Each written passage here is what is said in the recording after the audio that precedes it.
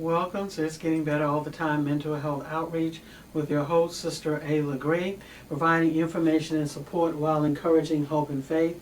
You can find out more about us by logging onto our website at igbattmho.org. Again, igbattmho.org. You can email us at igbatt1@aol.com or support@igbattmho.org. But again, it's just easier to go to our website, igbattmho.org, to email us, to leave a question, a message, to get more information. Okay, so again, we wanted to talk about living with a chronic illness. Living with a chronic illness and chronic physical illness and mental health. And we're going to talk about kind of two of those topics. I think number one, it's important for everyone to know that individuals living with a serious and persistent mental illness tend to die earlier than the general population. So I just kind of wanted to put that out there. And there are a lot of factors for that, but they do. The second thing, chronic illnesses such as cancer, and I'm going to reading this from the National Institute of Mental Health.nih.gov. I'm going to read it and then we'll talk about it as we go. Chronic illness and mental health, recognizing and treating depression. Chronic illnesses such as cancer, heart disease, or diabetes may make you more likely to have or develop a mental health condition. It's not with everybody. They're just saying that it may make you, you may become more likely. It is common to feel sad or discouraged after having a heart attack, receiving a cancer diagnosis, or when trying to manage a chronic condition such as pain. You may be facing new limits on what you can do and may feel stressed or concerned about treatment outcomes in the future. It may be hard to adapt to a new reality and to cope with the changes in ongoing treatment that come with the diagnosis, favorite activities. Right? Let me stop there. It says it is common to feel sad or discouraged after having a heart attack, receiving a cancer diagnosis, or when trying to manage a chronic condition such as pain. I want to insert another sentence in here. It is common to feel sad or discouraged after receiving a mental health diagnosis, after being, told that you may be that you're diagnosed with depression or diagnosed with anxiety, diagnosed with schizophrenia or schizoaffective disorder. Right? It's not uncommon to feel, on one hand, there's a relief because you now have a diagnosis for some people, or now I know what's really going on. And then for other people, the more you think about it, it brings in a sense of sadness. It can bring in depression on top of it. It can bring in questions about why. Why did this happen to me? How did we get here? What did I do wrong? Could I have done something differently? It brings in a lot of questions. Now, when you talk about getting a cancer diagnosis or having a heart attack, you think about, wow, I could have almost died, or I could have almost died, or I could die. But when you talk about mental illnesses, you think about your life flashes before your eyes sometimes, but in a different way. Because you think about, let's say, a case where you have a family member and you get this diagnosis for your child. You start worrying, you start thinking about, what can this child do? How is this child's life going to be different? Or if it's you getting the diagnosis, let's say as a younger person, like in your 20s or so, you may be wondering, wow, can I go to school? Will I be able to have children? Will I be like the people on the street? You start having a lot of different emotions, and you have a lot of different questions. So having a chronic illness, whether it's a quote-unquote physical illness, which can bring about depression or sadness, even having a diagnosis, getting a mental health diagnosis, or having a mental health illness can also bring about those feelings of sadness, can bring about feelings of depression, because you just have a lot of questions. You start wondering, as I said, what's going on with me, what's next? You're going to have a lot of questions. The thing is that whether we're talking about a chronic physical illness or a chronic mental illness, the word or the name of the game is going to be change and acceptance, right? There's going to be a change. First of all, if you find yourself feeling sad about it, temporary feelings of sadness are normal. If you find yourself becoming really depressed, you may need to really talk to someone about that depression. But whenever you have a chronic illness, you get a diagnosis of a chronic illness, the sadness, depression, a lot of thoughts go through your mind. You have a lot of questions. But the name of the game, or the name, is going to be about change, because your life has changed. What way, to what degree will, we don't really know yet, because you just got the diagnosis. Depends on the individual, but it will change. The thing is that you want to know, you may find that there are some things you may have to cut down on. There are some things that you may not be able to do. You may not be able to go to the gym as much as you used to, right? You may not be able to eat certain types of foods. You may not be able to go back to work, or if you go back to work, is that modified duty. You may be a person that used to like putting things together and used to like fixing things, but now that you had problems with your hands, you can't do that anymore, right? You may be a person, like I said, who used to like to run marathons. Now you find yourself that may be limited, okay? You may be a person, who used to love doing math problems, but now because of your depression, because of your, the auditory hallucinations, you may find yourself, being sidetracked or distracted. Right? So chronic illnesses brings in a change.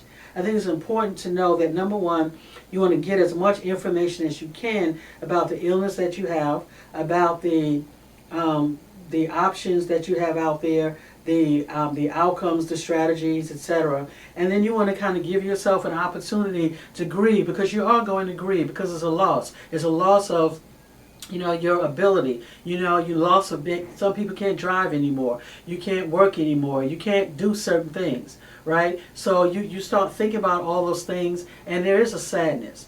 But when you also want to get to the point where you begin to accept what those limitations are. So you want to accept the limitations. But when I'm talking about accepting the limitations, we're not talking about accepting in the sense of just accepting and giving up. What we're doing is that we're accepting that, yes, my life has changed, or that my life is changing. But I'm realizing that on the other side of that acceptance, there is an opportunity for me to have like a new life, to do things differently now. No, I will not be able to maybe run a marathon like I used to, but I may be able to walk a marathon. I may be able to bike. I may be able to use crutches, right? I may not be able to go to school in 4 years. It may take me 8 years. So again, acceptance is just realizing that, it's not saying that I'm giving up. It's just realize that I may have to get to where I want to be a little slower. Having kids and being a single parent is not the end of the world. It just means some things may have to be put on hold. You may have to shuffle things around. But it doesn't mean that you can't get to where you want to be, to your particular goal, right? But when we are faced with a chronic illness, whether it's mental or physical, there's a tendency just to feel like that our life is over. First of all, it's natural to feel that way, right? It's just because it's a loss, it's a shock. Right? We go through, in order to get to acceptance, there are certain phases that we have to go through. We go through that anger phase. We go through that phase, well, this can't be me. I don't believe this. We go through the phase where, we may get depressed. We may get sad. That's okay. Going through those phases is fine. It's just that at some point, we want to get to the realization that I'm still here. I'm here for a reason. That my life is value. There's value in my life because I'm still here. And now what? What can I do now? How can I make things differently? Or how can I live with this particular illness? And this is just a couple of things that I wanted to read off. And you want to think about making some changes, right? Okay, what do I need to do now? When we talk about severe persistent mental illnesses or mental illnesses in general, one of the triggers we know is stress. So what's stressful to you is not stressful to me, and vice versa. You will have to determine what's stressful for you, right? But again, whenever you make that determination, you want to begin to manage that particular stress. You may have to manage it. You may have to manage how you work, right? You may be only able to work a few hours. You may have to manage what you eat or when you eat. You may have to manage your medications, right? Instead of taking one pill, you may have to take 5. Instead of taking them in the morning, you may have to take it at night with food. So again, it's about making some lifestyle changes. It's about learning what the boundaries are and setting limits, right? It's about challenging those thoughts that come to your mind that say it's over for you. Any thought that make you feel discouraged, okay? Any thought that makes you feel, oh, I'll never see this. I'll never see, I'll never have a kid. I'll never get married. My kids will never, I'll never get a chance to see my kids live. Get older. I'll never get a chance to fill in the blank, whatever it is. You start thinking about all these things that you'll never do. And again, it's understandable, it's part of the process. But at some point, it takes us a few months to get to acceptance, it takes us a few weeks, or it takes us a few years. At some point, we have to get to that phase where we begin to, okay, this is what's going on with me. I'm diagnosed with schizophrenia. I know about all the things that I can't do, but what can I do, right? Yes, I'm living with HIV. I'm dealing with cancer, okay? I just had a heart attack. These are all the things the doctor's saying that I can't do. These are all the things that, the problems that I'm having. But what can I do, right? We want to begin to focus on the things that I can do. How can I do the things that I used to do, but in a different way? How can I get joy out of my life? Because for us, sometimes we can spend so much time focusing on what should be. I should not have this diagnosis. I should not be living with HIV. I should not have cancer. I should not have had the heart attack. This is not fair. I don't smoke or drink. I'm a vegan, right? And I am only 100 pounds, right? Why did I have a heart attack? And I have somebody else who like 500 pounds and they're healthy. They never had a heart attack. We start getting into comparing, like, what did I do wrong? All of those things are part of the process, but at some point we get to the point where we realize, okay, I've been sitting here long enough. I've been, rehearsing, playing back things over in my mind long enough. What could I have done? Why this happened to me? Now I have to realize that I'm still here and I have to begin to live. And I'm going to live by getting as much education, as much information as I can about my diagnosis. I'm going to live by talking to other people who have the same illness, the same diagnosis, and figure out how they're managing. Because if they're managing, I should be able to manage. They can give me some tips, some strategies. I'm going to set boundaries for myself. I'm going to press my limits, push the limits, and see what I can and what I can't do. I'm not going to focus on, what I can't do. I'm going to challenge any thoughts that make me feel down or discouraged. When I get a discouraged thought, or when the thought tells me that I'm not going to make it, I'm going to tell myself, no, I can make it.